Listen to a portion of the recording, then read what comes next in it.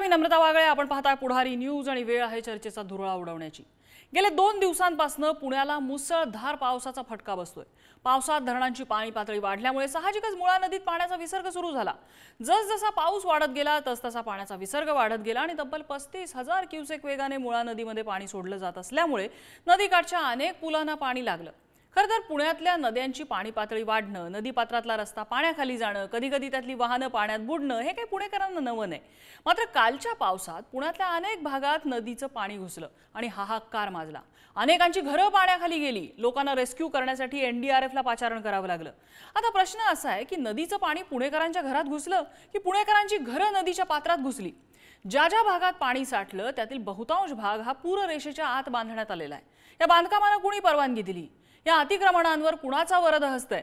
राजकीय वरदहस्ताशिवाय फक्त पालिकेच्या अधिकाऱ्यांचा कानाडोळा करण्यानं एवढं इमारतींचं जंगल नदीपात्रात उभं राहणार आहे का?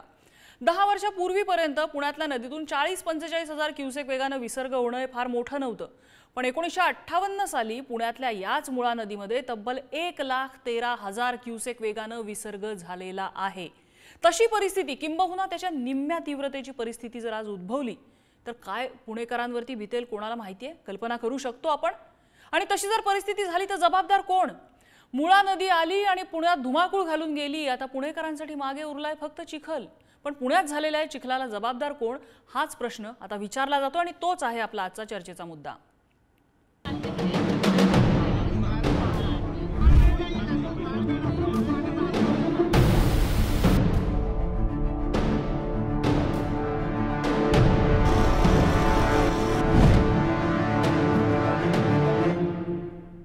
आणि याच संदर्भातल्या चर्चेत आपल्यासोबत सहभागी होतात पुण्यातले भाजपचे नेते आणि माजी नगरसेवक धीरज घाटे, राष्ट्रवादी काँग्रेस शरद पवार पक्षाचे प्रवक्ते प्रशांत जगताप आपल्यासोबत आहेत आणि निवृत्त सनदी अधिकारी आणि पुणे पालिकेचे माजी आयुक्त महेश झगडे सर सुद्धा आपल्यासोबत आहेत. मी सुरुवातीला जाईन प्रशांत जगताप यांच्याकडे. प्रशांत जगतापजी, आपण 2 दिवसात पुण्यात काय हाहाकार माजलेला आहे हे बघतोय. पण पुण्यामध्ये खरं तर 30-35 हजार क्युसेक वेगाने नदीपात्रात पाण्याचा विसर्ग होणं हे नवीन आहे का हो? मुळात विषय असा आहे की पुण्यात दरवर्षीच या ठिकाणी अशा प्रकारे आपल्याला पावसाला आणि पुराच्या परिस्थितीला 1-2-3 वेळा तरी या ठिकाणी सामोरं जावं लागतं. पण कालचा जे प्रकार होता हा अत्यंत भयानक होता. म्हणजे झगडे साहेब सुद्धा या ठिकाणी आपल्या बरोबर आहेत. असं वेगळं काय होतं कालच्या प्रकारात? कालचा विषय असा होता की याच्या अगोदरची पूर परिस्थिती ज्या ज्यावेळेस निर्माण झाली त्या वेळेस महापालिका आणि पाटबंधारे विभागामध्ये समन्वय होता. एक आता साधारणतः 12 तास अगोदर, 10 तास अगोदर किंवा 8 तास अगोदर आम्ही आमच्या हद्दीतल्या लोकांना त्या ठिकाणी वेगवेगळ्या स्तरावर, म्हणजे स्वतः महापौर म्हणून मी त्या ठिकाणी नदी काठावर फिरलेलो आहे. हातात भोंगा घेऊन लोकांना अनाउन्समेंट केलेली आहे.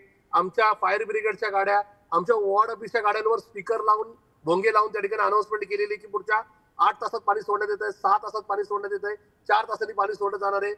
पाण्याचं क्युसेकचं प्रमाण हे समन्वय साधून या ठिकाणी काळजीपूर्वक लोकांना सांगितलं जात होतं की एकतर घराच्या बाहेर पडू नका किंवा पाऊस इतका पडणार आहे, पाणी इतकं सोडलं जाणार आहे की तुम्ही आज 2 दिवसाकरता स्थलांतर व्हा, अशा प्रकारचा सल्ला दिला जात होता. रेस्क्यू कॅम्प उभे केले जात होते. दुर्दैवाने परवा दिवशी जे काय झालं तो भयानक प्रकार होता. ज्या पद्धतीने पाणी सोडलं त्याच्या संदर्भामध्ये कुठली काळजी महापालिकेचे आयुक्त राजेंद्रजी भोसले यांनी घेतली नाही. पाटबंधारे विभागाशी साधारणतः चर्चा करण्याचं या ठिकाणी कुठल्या प्रकारचा प्रयत्न सुद्धा महापालिकेने केला नाही. आणि या ठिकाणी काल ज्या दावे प्रतिदावे चालू होते या ठिकाणी महापालिकेने सांगितलं की त्यांनी 40,000 क्युसेक पाणी सोडलं. एकीकडे पाटबंधारे विभाग सांगत होते की 30,000 क्युसेक पाणी सोडलं. पण स्वतः खुद्द जे पुण्याचे खासदार आणि केंद्रीय राज्यमंत्री आहेत मुरलीधरजी मोहोळ यांनी काल रात्रीच्या प्रेस कॉन्फरन्समध्ये पाटबंधारे विभागाची अर्थात जलसंपदा खात्याची चुकी आहे, त्यांनी 55,000 क्युसेक पेक्षा जास्त पाणी सोडलं अशा प्रकारचा कबुली जबाब दिला. म्हणजे एका अर्थे पाटबंधारे विभागाने पुण्याला प्रशांत जगतापजी टेक्निकली हे सगळे मुद्दे मान्य आहेत की पाटबंधारे विभागाचा पालिकेचा समन्वय हवा होता, IMDने वेळेत पावसाचा इशारा द्यायला हवा होता. एक मला सांगा प्रशांत जगतापजी, तुम्ही इतकी वर्ष पुण्यामध्ये आहात, म्हणजे मी स्वतः 2008 ते 2013 पर्यंत पुण्यामध्ये बातमीदारी केली फील्डवर राहून, आणि त्यावेळेला 30,000 किंवा 40,000 क्युसेक्स वेगाने जर पाणी सोडलं तर इतक्या सोसायट्या किंवा इतके रस्ते पाण्याखाली जात नव्हते. म्हणजे नदी लोकांच्या घरी आली आहे की लोकांची घरं नदीत उभी राहिलेली आहेत गेल्या 10-12 वर्षांमध्ये? मुळात मॅडम विषय असा आहे की काल जे आम्ही नागरिकांना भेटलो सिंहगड परिसरामध्ये, ते नागरिक सांगत होते की त्यांनी 75,000 क्युसेक सोडलेलं पाणी सुद्धा त्या ठिकाणी मागच्या काळात पाहिलेलं आहे. पण 75,000 क्युसेकच्या पाण्यामध्ये सुद्धा एवढा त्रास त्यांना सहन झाला नाही. याचा अर्थ 2-3 गोष्टीत. एक तर पाणी जे का सोडलं गेलं त्याचं प्रमाण जास्त होतं, ज्याची कबुली खुद्द नाही का या ठिकाणी जलसंपदा मंत्री देवेंद्रजी फडणवीस साहेबांनी दिली पाहिजे. दुसरा भाग विषय असा आहे की ज्या प्रकारे माननीय महेश झगडे साहेबांचं पण मी सातत्याने वाचन करत असतो की या ठिकाणी खानापूर म्हणजे पानशेत पासून ते थेट नका या ठिकाणी पुण्याच्या नाही का मध्यवस्तीपर्यंत जी नदीकाठची अतिक्रमण झालेली आहेत, नदी ब्लॉक करण्यात येत आहे, त्याचा नका या ठिकाणी फटका आहे. तिसरा भाग महत्वाचा जो आहे, जो आता या ठिकाणी मान्य देवेंद्रजी फडणवीसांनी जे स्वप्न पुणेकरांना दाखवलं आणि मान्य मुरलीधरजी मोळे पुण्याचे महापौर असताना जो नदी सुधार प्रकल्प जो 6,500 कोटी रुपये कर्ज काढून या ठिकाणी करण्यात येत आहे, ज्याचं काम हे मध्य पुण्यात म्हणजे संगमवाडी एरवडा ब्रिज इथून एअरपोर्टला पण जातो, संगमवाडी ब्रिज ते मुंडव्यात आता चालू आहे. तिथं दोन्ही बाजूनी नदी ही 200 ते 250 मीटरनी दोन्ही बाजूनी दाबण्यात आलेली. ते पात्र छोटं केल्यामुळे साधारणतः फुगोटा हा मागे येतो. तो फुगोटा एक 500 मीटर किंवा 1000 मीटर मध्ये येत नाही, तो साधारण 4-5-6 किलोमीटर मागे फुगोटा तयार होतो. आणि मला स्वतःचं असं म्हणणं आहे की या ठिकाणी इथं सोडलेलं अतिरिक्त पाणी, त्याचबरोबर न घेतलेली काळजी, लोकांना या ठिकाणी कळवण्याची न घेतलेली भूमिका आणि हा जो पाण्याचा झालेला फुगवटा याचा हा एकत्रित परिणाम आहे. ठीक आहे, मुद्दा लक्षात आला. 2-3 मुद्दे तुम्ही खूप महत्त्वाचे सांगितलेत. एक म्हणजे पुणेकरांना सावध केलं नाही, दुसरं म्हणजे नदी विकासाची जी कामं आहेत त्याच्यामुळे पाण्याचा निचरा होण्यात अडथळा निर्माण झाला, हे आणखीन एक तुमचा मुद्दा आहे. ठीक आहे, आपण धीरज घाटे यांच्याकडे जाऊया. झगडे सरांकडे मी सगळ्यात शेवटी येईन, कारण 10-12 वर्षापूर्वी जर माझं चुकत नसेल तर ते पुण्याचे आयुक्त राहिलेत आणि तेव्हाचं पुणे सुद्धा त्यांनी बघितलं आणि आत्ताचा फरक सुद्धा त्यांना लक्षात येतोय. धीरज घाटे यांची कॉमेंट घेऊन मी त्यांच्याकडे जाईन. धीरज घाटेजी, या सगळ्या आरोपांवर काय म्हणणं आहे तुमचं? मला असं वाटतं की प्रशांत जगताप यांनी सांगितलेल्या 2-3 मुद्द्यांवरती माझं सुद्धा एकमत आहे. ते म्हणजे प्रशासनाने या विषयामध्ये इंटिमेट करायला पाहिजे होतं आणि प्रशासनाने म्हणजे पाटबंधारे विभागाने समजा जिल्हाधिकाऱ्यांना जर सांगितलं होतं की आम्ही एवढ्या प्रमाणामध्ये पाणी सोडतोय, त्यांच्या माहितीनुसार आज आम्ही सकाळी सगळे कलेक्टर असतील, विभागीय आयुक्त असतील, महानगरपालिका आयुक्त, पोलीस आयुक्त या सगळ्यांबरोबर आज एक बैठक झाली आणि यातून जी माहिती आमच्या समोर आली ती अशी आहे की साधारण धरण क्षेत्रामधनं 35,000 क्युसेक पाणी सोडलं गेलं, परंतु त्याच्यापेक्षा अधिक प्रमाणामध्ये त्या भागातला जो फ्री कॅचमेंट एरिया आहे याच्यातून जवळजवळ 65,000 क्युसेक पाणी हे आलं आणि त्याच्यामुळं ही परिस्थिती उद्भवली. माझं म्हणणं एवढंच होतं की प्रशासनाने, स्थानिक लोकप्रतिनिधी असतील, पुणे शहरामधले सर्व आमदार आहेत, प्रशासनाने इंटिमेट करायला पाहिजे होतं, कुठंतरी सायरन एखादा डेंजर कॉल द्यायला पाहिजे होता, लोकांना जागृत करायला पाहिजे होतं. लोक बेसावध असताना पाणी शिरल्यामुळं ही परिस्थिती निर्माण झाली. आता ह्याच्यावरती राजकारण करण्याची ही वेळ नाहीये, परंतु मला असं वाटतं की प्रशासनाने या विषयामध्ये खबरदारी घेणं हे निश्चित आवश्यक. धीरज घाटेजी, फक्त प्रशासनाने खबरदारी घेणं हे कितपत योग्य वाटतं? म्हणजे मला सांगा, त्या नदीपात्रामध्ये ज्यांच्या कुणाच्या इमारती आहेत ते सगळे म्हणतात की 75,000 क्युसेक वेगाने जेव्हा पाणी सोडलेलं होतं तेव्हा पण आम्ही बघितलेलं आहे, पण म्हणून त्यातली अनेक घरं ही पूर रेषेच्या आतमध्ये बांधलेली आहेत, पूर रेषेच्या बाहेर म्हणजे नदीमधली अतिक्रमणं आहेत. ही गोष्ट तर आपण कानाडोळा करून चालणार नाही. ती कुणाच्या आशीर्वादाने तिथे राहत आहेत? गेल्या 10-12 वर्षातलं हे बांधकाम आहे असं म्हटलं तर चालेल का? की पालिकेमध्ये तुमची सत्ता होती, तुमच्या आशीर्वादाने ती घरं उभी राहिलीत असं म्हटलं तर चालेल का? नाही, ही घरं ही काही गेल्या 5 वर्षामध्ये 10 वर्षामध्ये बांधली गेली नाहीयेत. ही घरं माझ्या माहितीमध्ये ग्रामपंचायत असल्यापासून बांधली गेलेली घरं आहेत. दुसरं असं की नदी पात्रामध्ये जी बेकायदेशीरपणे भर टाकण्यात आली अनेक ठिकाणी, त्याच्यामुळं सुद्धा पाणी वरती आलंय असं अनेक ठिकाणी दिसतं. या सगळ्यावरती कारवाई करण्याची जबाबदारी ही प्रशासनाची आहे. ते बांधकाम कुणाचं आहे, कुठल्या राजकीय नेत्याच्या माणसाच्या जवळचं आहे का, डाव्याचं आहे का उजव्याचं आहे, याच्याकडे न बघता सरसकट मला असं वाटतं की ब्लू लाईन रेड लाईन मध्ये प्रशासनाने योग्य ती कारवाई केली पाहिजे, याची खबरदारी घेतली पाहिजे आणि प्रशासनाचीच जबाबदारी आहे. अशा पद्धतीने एवढ्या मोठ्या प्रमाणामध्ये जर पाणी सोडलं जाणार होतं तर प्रशासनाची ही 100% जबाबदारी होती. याला जिल्हाधिकारी असतील, महानगरपालिका प्रशासन आहे, या सगळ्यांची सार्वत्रिक जबाबदारी होती की खबरदारीचे उपाय म्हणून किंवा लोकांना. दुसरं असे की यांच्याकडे डिझास्टर मॅनेजमेंटचा काय हे आहे, महापालिकेकडे आपण बघतो की त्यांच्याकडे सुद्धा डिझास्टर मॅनेजमेंट काही नाहीये. NDRF ला बोलवल्यानंतर हे सगळं होतं महापालिकेने सुद्धा त्यांचा डिझास्टर मॅनेजमेंटचा जो विभाग आहे हा सज्ज केला पाहिजे, प्रशिक्षित असला पाहिजे, तिथे यंत्रणा असली पाहिजे. ह्या सगळ्या गोष्टींकडे प्रशासनाने निश्चित लक्ष दिलं पाहिजे असं मला वाटतं. बरं, झगडे सर, 10-12 वर्षापूर्वी जेव्हा तुम्ही पुणे पालिकेत आयुक्त होतात, म्हणजे मला एक्झॅक्ट आकडा नाही आता सांगता येणार, पण तुम्ही आयुक्त होतात हे मला चांगलं आठवत आहे, त्यावेळी बघितलेलं पुणे. आणि मला आठवत आहे की त्या काळामध्ये अगदी खूप जास्त पाऊस पडला तर 60,000 क्युसेक वेगाने पाणी सोडलंय, 65,000 75,000 पर्यंतचा मी आकडा अगदी ऐकलेला होता. त्यावेळेला हे कॅचमेंट एरियातनं आलेलं पाणी, त्याच्यामुळे वाढलेलं प्रमाण वगैरे असे प्रश्न त्यावेळेला दिसले नाही. एखादी इमारत किंवा एखाद्या वस्तीतला काही भाग पाण्याखाली गेला असेल हे मला वाटतं तुमच्याही ऐकिवात असेल. आता हे जे राजकारणी सांगतात, मी वेगळा प्रश्न विचारतच नाही तुम्हाला, तुम्ही सांगा आता काय ते. नम्रता, यामध्ये एक असं आहे की मी तुमचं म्हणणं बरोबर आहे की मी 9, 10, 11च्या दरम्यान पुण्यामध्ये महापालिका आयुक्त होतो. आणि मी स्वतः डोळ्याने जाऊन बंड गार्डनचा जो बंड आहे तिथे त्यावेळेस 2010च्या मान्सूनमध्ये 87,000 क्युसेक्स प्रवाह मी स्वतः तिथे अनुभवला आहे.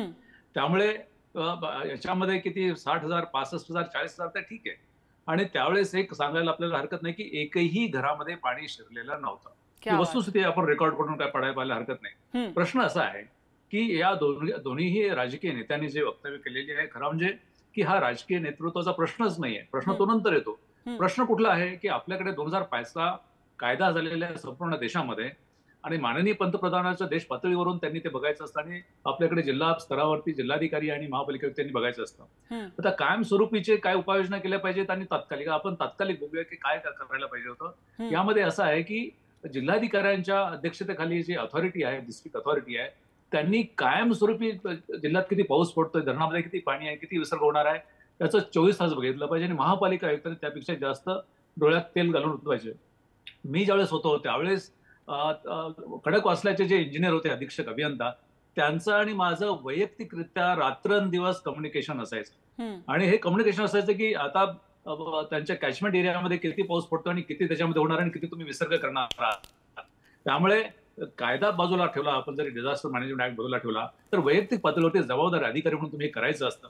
आणि मग त्याप्रमाणे जर गरज पडली तर लोकांना कमीत कमी त्यांना तिथून हलवण्यासाठी जेवढा वेळ लागेल तितका वेळ देऊन आपण त्यांचं शाळेमध्ये किंवा अन्यत्र ठिकाणी त्यांची सोय करायला पाहिजे असते.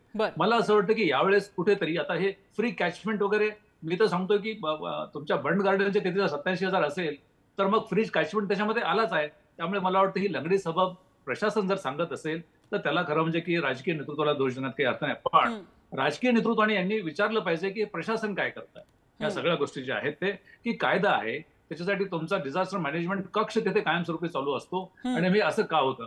आता दुसरं असं आहे की 87,000 क्युसेक्सने 10-12 वर्षापूर्वी 14 वर्षापूर्वी जर तिथे पाणी मावत असेल, आत्ता का तिथे याच्यामध्ये जायला लागले. हे 2 गोष्टी आहेत. एक तर नदी पात्र संकुचित झाले किंवा तिथे बांधकामं झालेली आहेत. आता पुण्याच्या बाबतीमध्ये एक आहे की तिथे ब्ल्यू लाईन आणि रेड लाईन हे नकाशामध्ये तुमच्या शहर विकास आराखड्यामध्ये ते का दाखवलं नाही, किंवा दाखवलं असेल तर चुकीचं दाखवलं, कारण तिथे बांधकाम परवानगी का दिली. जिथे बांधकाम परवानगी दिलेली आहे ते चुकीचे आहे, त्याच्यामध्ये त्याला लोकप्रतिनिधी जबाबदार नाही तर तिथलं प्रशासन जबाबदार आहे. त्यांना खरं जाब विचारला पाहिजे. आणि याच्यासाठी हा विचार करून JNNREGA नावाची स्कीम होती, त्या स्कीम खाली जे नदी पात्राच्या बाजूला बसलेले झोपडपट्टे आहेत आणि जे SRA मध्ये येऊ शकत नाही कारण तिथे बांधकाम होणार नाहीये, त्यामुळे त्यांच्यासाठी स्वतंत्रपणे तिथून त्यांना हलवून दुसरीकडे 4,000 असे घरं पुणे शहरामध्ये त्यावेळेस बांधले होते. आता त्यापुढे ते बांधायला चालू ठेवतो, पण त्यांना तिथून हलवायला पाहिजे होतं. प्रश्न असा होतो की प्रशासनाला तिथे खरं म्हणजे की स्पाईन राहिलेला नाही, कणा राहिलेला नाही. आणि दुसरं म्हणजे की स्थानिक लोकप्रतिनिधींनी थोडं असं बघितलं पाहिजे की जे इथून नदी पात्राच्या बाजूचे जे झोपडपट्ट्यामधले किंवा घरं अनधिकृत घरं आहेत त्यांना हलवण्यासाठी त्यांच्याकडे मतदार न बघता त्यांच्याकडे जीव म्हणून बघावं आणि त्यांचं जीवन म्हणून बघावं. मला असं वाटतं की कुठेतरी इथे फेल्युअर झालेलं आहे. आणि ज्यावेळेस महापालिका असते आणि प्रशांतजी आणि घाटेजींनी सांगितलं की त्यावेळेस खरं म्हणजे प्रशासनावरती एक वचक असतो लोकप्रतिनिधींचा. हा वचक सर खरं सांगू का तुम्हाला, म्हणजे काल मी आता पुण्याला वैयक्तिक गेले नाही कालच्या या कॅलॅमिटीमध्ये, मात्र पुण्यातली सगळी दृश्य बघत होते. ज्या भागात पाणी शिरलंय ती झोपडपट्टीचा फार कमी भाग आहे. मल्टी स्टोरीड बिल्डिंग्स आहेत त्या ठिकाणी, लोकांच्या 4 व्हीलर्स आणि 2 व्हीलर्स तिथे पार्क्ड आहेत. अशी रहिवाशी सोसायटी आणि त्याच्यामध्ये जर हे पाणी घुसतंय ते सुद्धा फक्त 30-40 हजार, आणि जसं आता धीरज घाटे दावा करतायत 65,000 जरी पाणी आलेलं असेल आणि ते जर अशा सोसायट्यांमध्ये घुसत असेल आणि जर पूरच स्थिती तिथपर्यंत यायला लागली तर करायचं काय, म्हणजे म्हणायचं काय ह्या सगळ्याला. याचा अर्थ एकच आहे की आता मी थोडंसं लॉंग टर्म प्लॅनिंग कडे येतो की आपण जिथे पुण्याचा जर पावसाचा आपण बघितला पाऊसमान जर बघितला गेल्या 200-300 वर्षापर्यंत तर फार काही फरक पडलेला नाहीये. आपण असं म्हणतो की ग्लोबल वॉर्मिंगमुळे कमी फार झालेलं नाहीये. हे पाण्याचा सायक्लिक पाऊस तिथे पडतच असतो. हे सगळं विचारात घेऊन 200 वर्षाचा पाऊस किंवा आपल्याकडे जे आता समजा 150 वर्षाचा तरी आपल्याकडे रेकॉर्ड आहे ते बघून खरं म्हणजे शहराचं नियोजन केलं पाहिजे, नगर विकास नियोजन. त्याच्याप्रमाणे मग कुठपर्यंत तुमचं नदी पात्रामध्ये पाणी जाऊ शकतं हे बघून खरं म्हणजे ते केलं पाहिजे. पण ते तिथं तसं झालेलं नाहीये. तसं दुसरं असं आहे की बरेचसे नाले जे आहेत ते बुजवण्यात आलेले आहेत. याच्यामध्ये दाखवलेलेच नाहीत विकास आराखड्यामध्ये. काही ठिकाणी दाखवले असताना सुद्धा त्याच्यावरती बांधकाम परवानग्या दिलेले आहेत. काही ठिकाणी रस्ते झालेले आहेत. याच्यावरती पुन्हा एकदा रिव्हिजिट करण्याची गरज आहे की असं होऊ नये म्हणून चुका कुठे झाल्या. चुका याच्यासाठी की कुठल्या अधिकाऱ्याने चूक केली त्याच्यावरती कारवाई करावी याच्यासाठी नाही, तर पुणेकरांना कायमस्वरूपी दिलासा देण्यासाठी ज्या चुका झालेल्या आहेत त्या चुका दुरुस्त करता येणं शक्य आहे का? असेल तर तांत्रिक बाबीने ते दुरुस्त करता येतील का? आणि जर असं भविष्यामध्ये याच्यापेक्षा जास्त भयानक काही होऊ नये म्हणून आत्ताच काही काळजी घेतली पाहिजे, याच्याकडे लक्ष देणं गरजेचं आहे. मी ज्यावेळेस महापालिका आयुक्त होतो त्यावेळेस अशी एक छोटीशी घटना घडली होती आणि मी त्यावेळेस सांगितलं होतं आणि मला माहिती आहे की हे प्रचंड मोठ्या चुका आहेत. खूप मोठे नाले बुजवण्यात आले, खूप मोठे नाले वळवण्यात आलेले आहेत ज्याच्यामुळे फ्लडिंग होतं आणि काही ठिकाणी रस्ते आले. त्याच्यासाठी मी असं सांगितलं होतं की एक उच्च न्यायालयाच्या माजी न्यायमूर्तीच्या अध्यक्षतेखाली समिती नेमावी आणि हे ज्या त्रुटी तयार झाल्या आहेत वर्षानुवर्ष त्या त्रुटी समोर आणाव्यात जेणेकरून पुणेकरांना दिलासा मिळेल आणि मग त्याच्यावरती दुरुस्त करता येईल. पण तिथल्या स्थानिक प्रशासनाला असं वाटलं की आमच्या विरुद्ध कारवाई होईल. कारवाईचा प्रश्न नाहीये, प्रश्न हा लोकांच्या जीवितच आहे. मग ते स्टँडिंग कमिटीने स्थानिक प्रशासनाच्या थोडंसं दबावाखाली येऊन तो खरं म्हणजे प्रस्तावच बारगळला. ते होऊ दिला नाही. कधीतरी आता पुणेकरांनी हे केलं पाहिजे की आम्हाला जर तुम्हाला दिलासा द्यायचा असेल, ज्या चुका झालेल्या आहेत ज्यांनी केल्या त्यांना काही करू नका, चुका दुरुस्त करण्यासाठी काहीतरी केलं पाहिजे. माझा धीरज गाठे आणि प्रशांत जगताप दोघांनाही माझा एकच प्रश्न आहे की जसं आता झगडे सर सांगतायत की अनेक ठिकाणचे नाले बुजवण्यात आलेले आहेत, नैसर्गिक प्रवाह तिथले वळवण्यात आलेले आहेत. असं जर होत असेल तर शहर बुडणार नाही तर काय होणार? आणि मग यावर लक्ष कुणी ठेवायचं? विकास आराखडा जवळून कोण बघतं? प्रशासन. आणि प्रशासनाच्या नंतर लोकप्रतिनिधी. आम्ही तुम्हाला निवडून दिलेलं असतं की तुम्ही शहरातल्या अशा विकासावरती लक्ष ठेवाल, तो योग्य पद्धतीने होतोय की नाही. त्या विकासावर लक्ष कोण ठेवणार आहे? का ठेवलं गेलं नाही विकासावरती लक्ष? दोघांनाही प्रश्न आहे. सुरुवातीला प्रशांत जगताप. मुळातच विषय असा की मान्य झगडे साहेब जे बोलले ते बरोबर आहे. मधल्या काळात ज्या गोष्टी दुरुस्त व्हायला हव्या त्या झाल्या नाहीत, त्याची किंमत आज पुणेकरांना या ठिकाणी मोजावी लागते. आमची या संदर्भातली तयारी आहे. आज जरी भाजप शहरात किंवा राज्यात किंवा देशात सत्तेवर जरी असलं तरी हे पक्षभेद बाजूला ठेवून पुणेकरांचं जीवन सुरक्षित होण्याकरता किंवा सुस्थितीत आणण्याकरता आमची सहकार्य करण्याची भूमिका आहे. या संदर्भात महापालिकेने आता जिथे जिथे नाले बुजवलेत किंवा जे जे नाले वळवण्यात आलेत, जे उद्याच्या काळामध्ये पुन्हा एकदा पाण्यात बुडू शकतात, ते दुरुस्त करण्याची भूमिका घ्यावी. त्याला आमचा निश्चित पाठिंबा राहील. पण हे होत असताना ज्या टेक्निकल बाबी आहेत, ज्या टेक्निकल बाबी मी नदी सुधारचं सांगितलं, त्या नदी सुधारच्या बाबतीत मान्य धीरजजींच्या पक्षाने सुद्धा भूमिका घेण्याची गरज आहे. आणि या संदर्भामध्ये उद्याच्या 50-100 वर्षाचं पुढे डोळ्यासमोर ठेवून नेमकं काय होतं त्याच्या दुरुस्ती करायला हव्यात. हा पहिला भाग. दुसरा त्याच्यातला विषय आहे की मी जी गोष्ट सांगतो ती ऑन रेकॉर्ड सांगतोय की महापालिकेचा आयुक्त असेल किंवा जिल्हाधिकारी असेल यांना रात्री 12 वाजेपर्यंत पुढच्या 2-3 तासात एवढा मोठा पाऊस पडणार आहे का नाही या संदर्भातली कुठल्याही प्रकारची पूर्वसूचना नव्हती. म्हणजे पुणे आज जरी स्मार्ट सिटी नावाने ओळखलं जात असेल किंवा मेट्रो सिटीकडे वाटचाल होत असेल तर पुण्याच्या जिल्हाधिकाऱ्यांना, पुण्याच्या महापालिका आयुक्तांना किंवा पुण्याच्या पोलीस आयुक्तांना उद्या 2-3 तासामध्ये कुठला महाप्रलय येणार आहे अशा प्रकारची माझी जर हवामान खातं किंवा इतर कुठल्या सोर्सेसकडून जर येत असेल तर आम्ही पुणे एक खेडं आहे का काय अशा प्रकारचं एक प्रश्नचिन्ह नक्की निर्माण होतो. त्याच्यामुळे जसं या नाल्याच्या दुरुस्ती व्हायला पाहिजेत किंवा विकास आराखड्यामध्ये गोष्टी व्यवस्थित पुनर्जीवित व्हायला हव्यात, तसंच टेक्निकली आम्ही कुठे मागे आहोत का याची चाचपणी करून इथून पुढे नागरिकाच्या जीवाशी खेळ होणार नाही, पुणेकरांच्या काय जीवावर बेतणार नाही याची काळजी सगळ्यांनी घेण्याची गरज आहे. याकरता राष्ट्रवादी काँग्रेस पार्टी शरदचंद्रजी पवार हा माझा प्रश्न या सगळ्या गोष्टीला सत्तेत बसणाऱ्या मंडळींना सहकार्य करायला तयार आहे. बरं, धीरज घाटेजी, एक लोकप्रतिनिधी म्हणून आम्ही तुम्हाला एक खरं म्हणण्याचं निरीक्षक म्हणून निवडून दिलेलं आहे की आमच्या टॅक्सच्या पैशांनी जर हा इथे विकास होतोय तर तो विकास त्यावर लक्ष ठेवण्यासाठी तुम्हाला आम्ही निवडून दिलेलं आहे, पुणेकरांनी तुम्हाला निवडून दिलंय आणि तो विकास योग्य पद्धतीने झालेला नाहीये, तुम्ही लक्ष ठेवलेलं नाहीये, याची जबाबदारी घेतली जाणार का?